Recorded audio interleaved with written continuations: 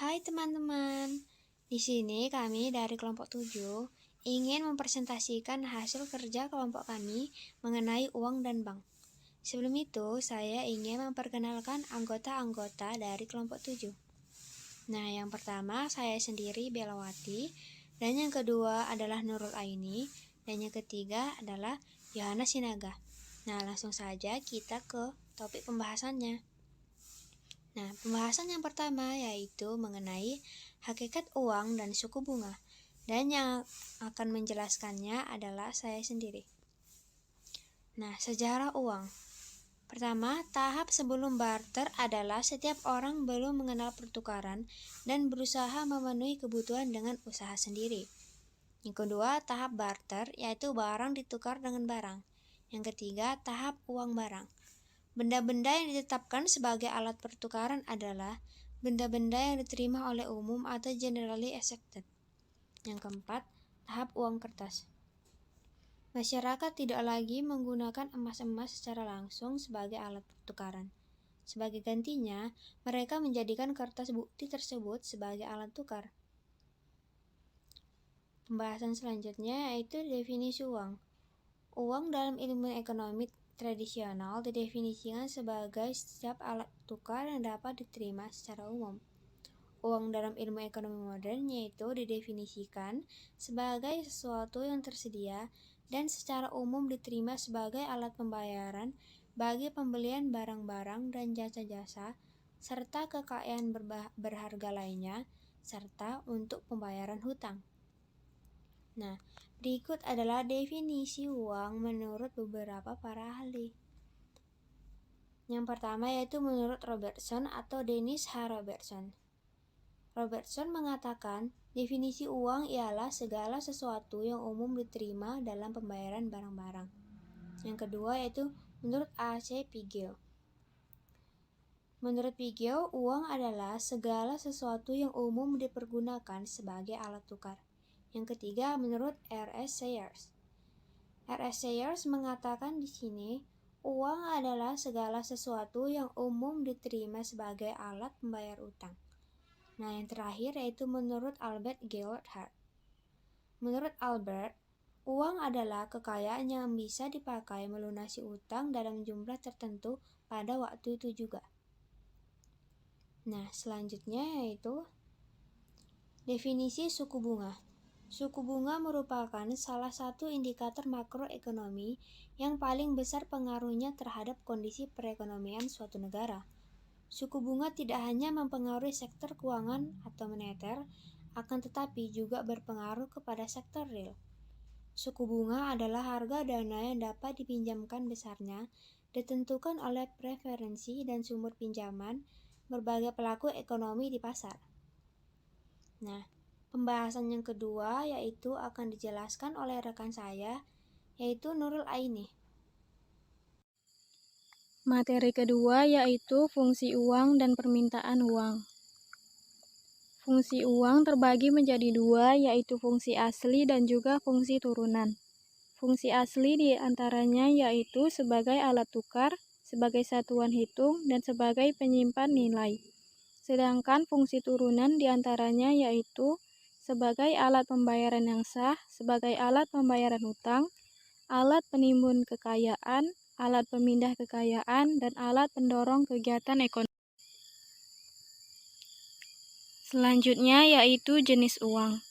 1.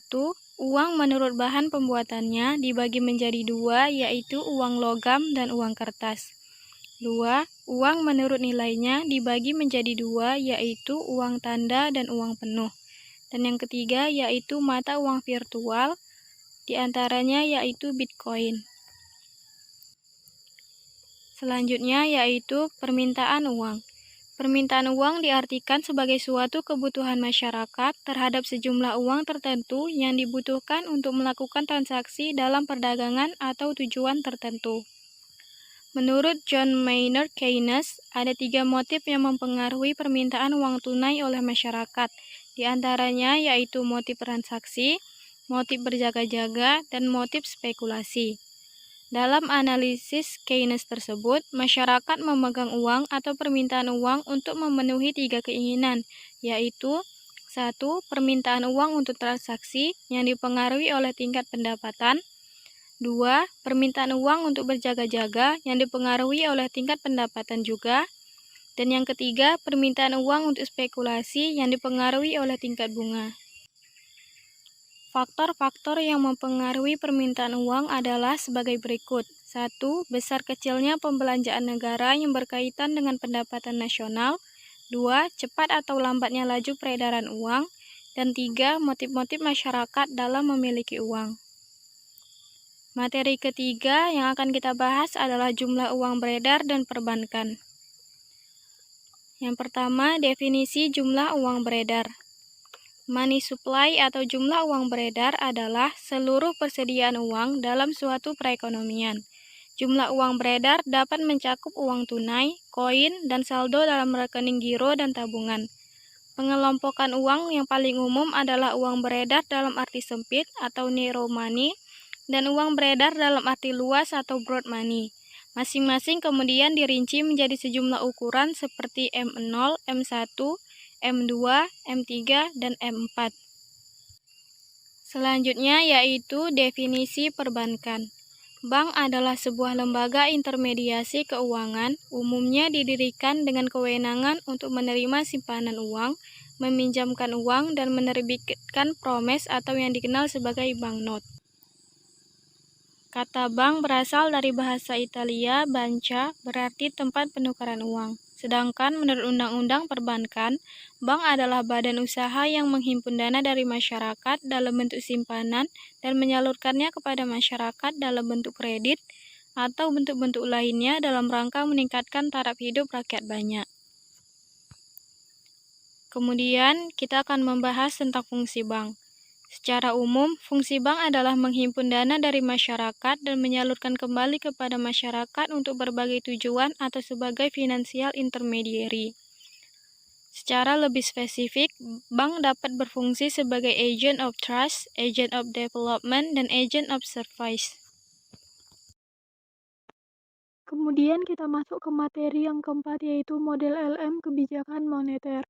Kebijakan moneter adalah sebuah kebijakan yang dikeluarkan oleh bank sentral dalam bentuk pengaturan persediaan uang untuk mencapai tujuan tertentu. Tujuan utama dari kebijakan moneter adalah mencegah terjadinya peningkatan uang beredar secara berlebihan atau sangat kurang. Model ISLM memiliki beberapa asumsi, yaitu yang pertama, perekonomian hanya terdiri atas dua sektor, yaitu sektor real dan sektor moneter. Yang kedua, tingkat bunga merupakan faktor penghubung antara pasar barang dan pasar uang. Yang ketiga, pengeluaran konsumsi bergantung pada pendapatan disposable.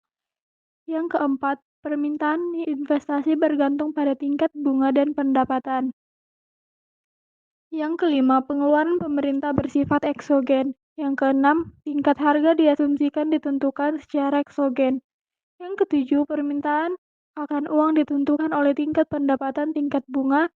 Dan yang kedelapan, jumlah uang beredar bersifat eksogen, di mana besarnya ditentukan oleh otoritas moneter.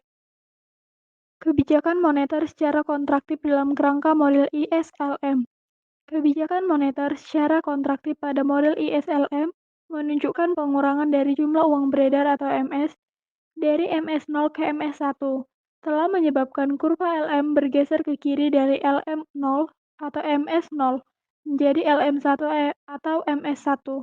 Akibatnya, kurva LM bergeser ke kiri sehingga tingkat bunga 1 naik jadi 10 menjadi I1 dan pendapatan atau Y akan turun dari Y0 ke Y1. Baiklah teman-teman, sekian penjelasan kami dari kelompok 7 tentang materi uang dan bank. Semoga materi tersebut bermanfaat bagi kita semua. Kami juga meminta maaf jika kami memiliki kesalahan. Sekali lagi, kami mengucapkan terima kasih.